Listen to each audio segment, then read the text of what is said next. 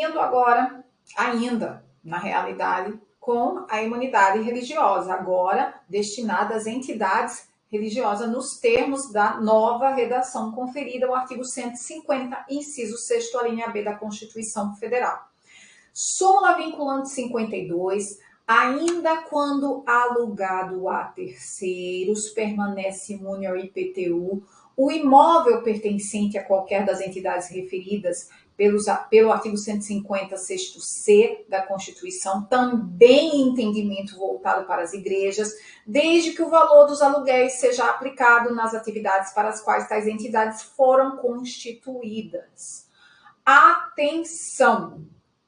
A imunidade tributária, ela é voltada, segundo o Supremo Tribunal Federal, ao contribuinte de direito. Quem é o contribuinte de direito? É aquele que realiza o fato gerador. Reservem essa informação, por favor, porque mais na frente nós trabalharemos com ela no que diz respeito àqueles tributos que, por sua natureza, admitem a repercussão financeira do tributo, né? Todos os tributos, nós já vimos isso eles admitem, né? Eu já estou danada com S, viu? Eu já estou querendo fazer tudo no plural, tudo eu estou metendo S em tudo. Bom, todos os tributos, nós temos condições de fazer a repercussão financeira, mas alguns, mas nem todos foram instituídos para essa finalidade. De toda sorte, quando eu falo em imunidade tributária, a imunidade é voltada para o contribuinte de fato, aquele que pratica o fato gerador. Então, havendo igreja ou entidade religiosa como locatária, diferentemente da súmula vinculante 52, não é a igreja que está locando para terceiro o seu imóvel e aplicando o recurso nas suas finalidades, e aí segue imune. Aqui é o contrário, é o terceiro locando para a igreja e quando cobrado pelo fisco, dizendo, eu sou muito legal, está locado para uma igreja que é imune. E aí o fisco vem e diz, você não é tão legal assim, porque você está alugando e cobrando da igreja. Assim, proprietário do imóvel. Portanto, ainda que locado para um ente imune, você, proprietário, tem que pagar o tributo. O fundamento é que o sujeito passivo da relação tributária é o proprietário. Ele é o contribuinte de direito. Cemitérios mantidos por igrejas, também recurso extraordinário 578.562, estão imunes.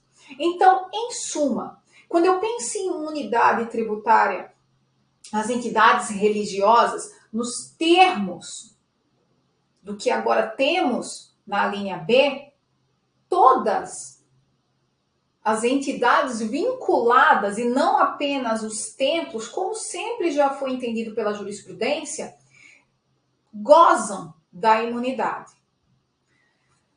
A linha C, artigo 150, inciso 6º, a linha C, sem prejuízo de outras garantias asseguradas ao contribuinte, blá, blá, blá, é vedado aos entes federativos instituir impostos sobre a linha C, patrimônio, renda ou serviços dos partidos políticos, inclusive suas fundações, ó como não foram bobos, nos templos só botaram os templos de qualquer culto, aqui não, bota tudo. Das entidades sindicais dos trabalhadores, não dos empregadores, porque o seu examinador sabe que você está afobado na hora da prova e tudo rima, então você vai ler lá, empregadores, é isso mesmo, que é tudo oures. Não. A imunidade é voltada para as entidades sindicais dos trabalhadores, das instituições de educação e de assistência social sem fins lucrativos, é óbvio, atendidos os requisitos da lei. Primeira informação, até aqui, entidades sindicais, eu tenho uma imunidade absoluta, uma norma de eficácia plena. Instituições de educação e de assistência social sem fins lucrativos atendidos os requisitos da lei, eu tenho uma norma de eficácia limitada, que precisa ser complementada por uma norma infraconstitucional, lei ordinária ou lei complementar. Dá uma olhada no 146 da Constituição, que diz o seguinte: cabe à lei complementar 2, regular as limitações constitucionais ao poder de tributar. Entendi. Se eu estou falando de imunidade, eu estou falando, lembra lá do início da aula, uma limitação constitucional ao poder de tributar, que deve ser complementada por uma norma editada em lei complementar.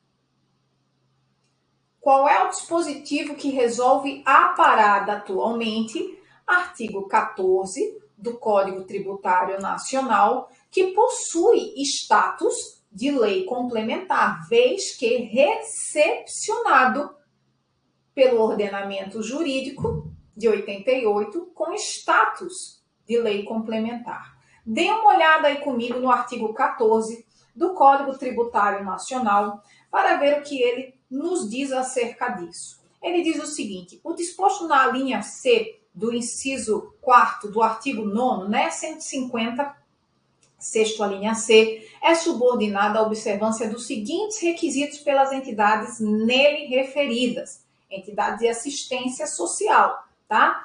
Essas aqui, ó. Lembrem-se, partido político e sindicatos não. Norma de eficácia plena. Tá valendo, não precisa de nenhuma norma para complementar. Mas aqui não. Quando eu falo em instituições de educação e de assistência social e sem fins lucrativos, é aqui que entra o artigo 14 do Código Tributário Nacional. Então, vamos lá. Inciso 1.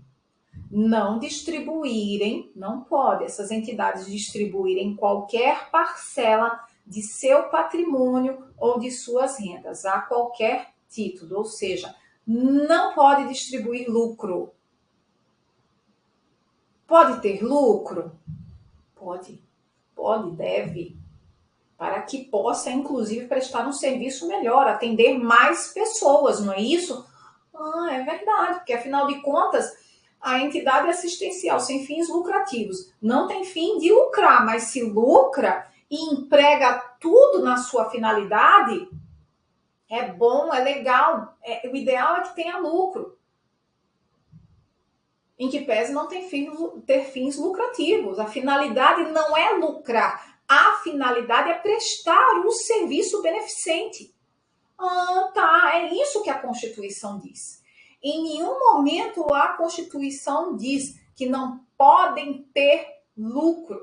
Então, pode ter lucro, é legal que tenha lucro. Com fé em Deus terá lucro, para que possa prestar ainda mais o seu serviço, que não pode distribuir o lucro entre os associados. Né, querido? Aí é outro papo. O lucro tem que ser empregado na referida entidade.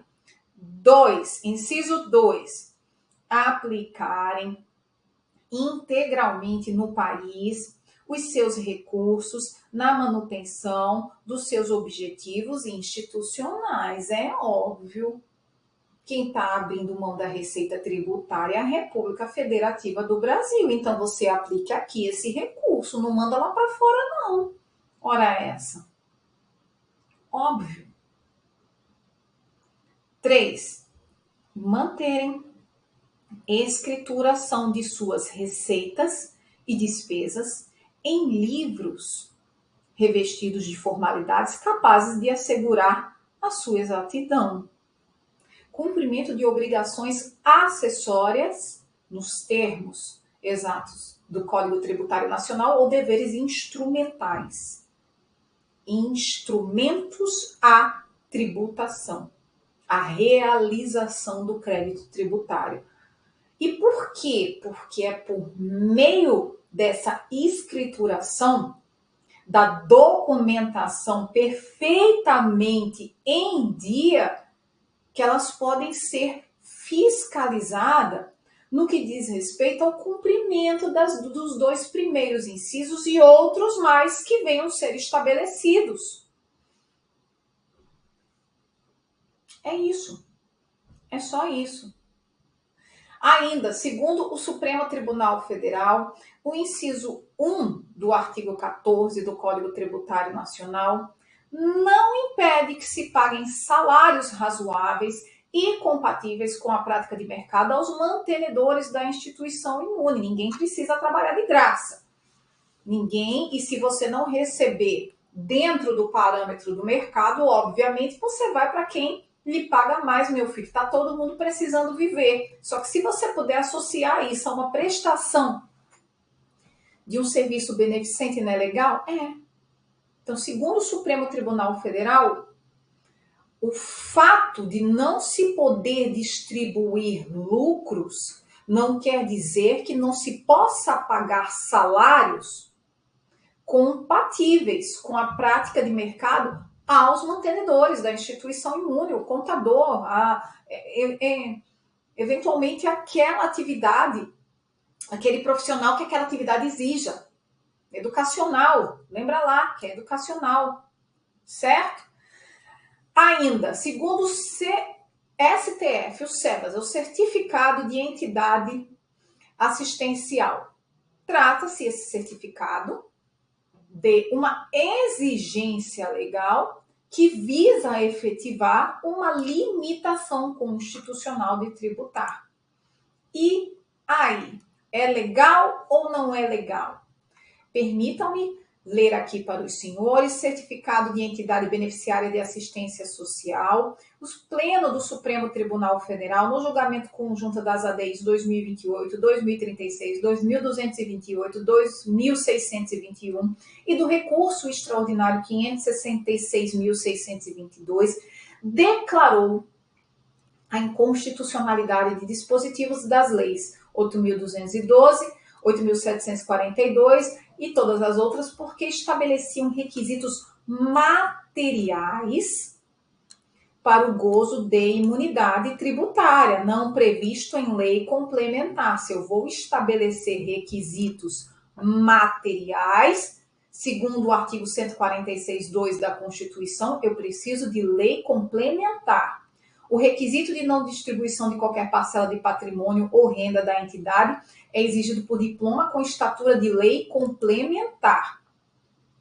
A entidade não possui direito adquirido à manutenção perpétua da imunidade, sendo legítima a exigência de renovação periódica da demonstração do cumprimento dos requisitos constitucionais para a fruição da imunidade, que é exatamente a emissão dos SEBAS. O Supremo Tribunal Federal entendeu pela constitucionalidade e pela própria renovação do SEBAS. Isso daí também está no recurso em mandado de segurança 28.200. Súmula 612 do STJ. O certificado de entidade beneficente de assistência social SEBAS, no prazo de sua validade, possui natureza declaratória para fins tributários, retroagindo seus efeitos à data em que demonstrado o cumprimento dos requisitos estabelecidos por lei complementar para a fruição da imunidade. Então, uma determinada entidade dá entrada no SEBAS, demonstrando que atende todos os dispositivos, os incisos do artigo 14, do dispositivo, do disposto lá no artigo 14 da Constituição. Só que, obviamente, a gente conhece a administração, a gente sabe que leva um tempo para essa análise. Pois bem, o SEBAS, quando emitido, ele irá retroagir a data em que se deu entrada do requerimento. É isso que o STJ quer dizer. Para que a pessoa jurídica não fique desamparada, porque às vezes acontece do certificado anterior vencer e o subsequente ainda está lá, ó, para a turma dizer se vale ou não vale. Então, para evitar que nesse lapso houvesse tributação, o STJ editou essa súmulazinha aí de número 612 e disse que, olha, ele retroage a data em que demonstrado o cumprimento dos requisitos. E essa demonstração se dá quando dá entrada do requerimento administrativo. Certo? Pois bem, estamos chegando já no final de entidades, das entidades beneficentes. Súmula 730 do Supremo Tribunal Federal diz que a imunidade tributária conferida às instituições de assistência social, essa do 150, inciso 6º, a linha C, sem fins lucrativos, somente alcança entidades de previdência social privada se não houver contribuição dos beneficiários dessa entidade privada. Vamos entender aqui o que quer dizer essa súmula 730 do Supremo Tribunal Federal, que ok, se ela cair, você vai marcar lá como certona. Mas, e se cai numa subjetiva? Como é que você explica isso? Se na realidade, isso daí vem em termos de historinha, a gente sabe que existem três previdências, né? O regime próprio de previdência, o regime privado de previdência e o regime geral de previdência. RPPS, regime próprio, destinado aos servidores públicos, RGPS, regime geral, destinado aos trabalhadores da iniciativa privada, e o regime privado de previdência, que é aquele que é uma escolha do cidadão, ou que em alguns momentos é ofertado pelo seu empregador. Se esse regime próprio de previdência privada, próprio de previdência privada, próprio não, de previdência privada, regime de previdência privada, ofertado em algumas empresas, como pelo próprio empregador, não tiver aporte do financeiro, dinheiro do trabalhador e apenas do empregador, da empresa no qual a pessoa está empregada, súmula 730. Essa empresa, no que diz respeito a esse recurso aportado, está imune. Porque, afinal de contas, se traduz numa assistência. Praticamente numa assistência ao trabalhador. A empresa lá, boazinha que é, né? Enfim, vai lá e aporta recursos, ela constituindo uma previdência privada para o seu trabalhador. Agora, se tiver qualquer aporte do trabalhador, por mínimo que seja, não estará imune.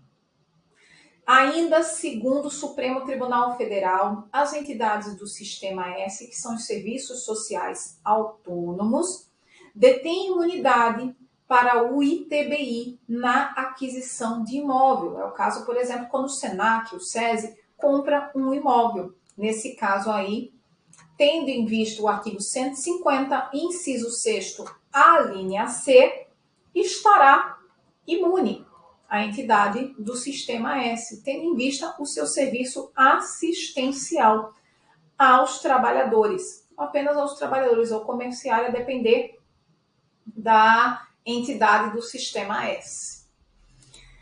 Imunidade cultural, artigo 150, inciso 6º, a linha D da Constituição Federal, a única estritamente objetiva do artigo 150, inciso 6º. Dê uma olhadinha lá, sem prejuízo de outras garantias asseguradas ao contribuinte, é vedada à União, aos estados, ao Distrito Federal e aos municípios instituir impostos sobre livros, jornais, periódicos e o papel destinado à sua impressão. Observem que o papel é o único insumo. Quando você pega um livro, você nota que tem cola, né? Às vezes tem tem linha.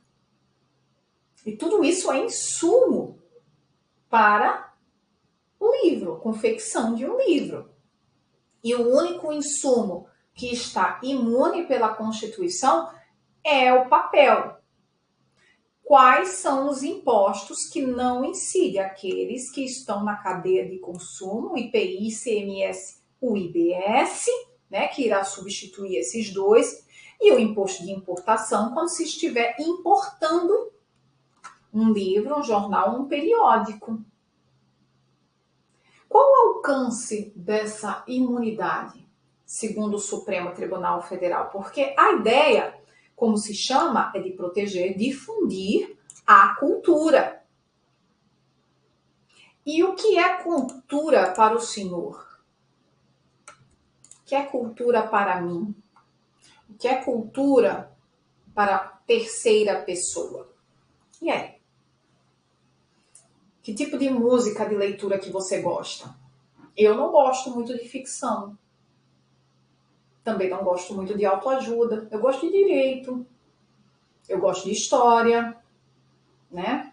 Isso quer dizer que o que eu não goste não seja cultura? Não.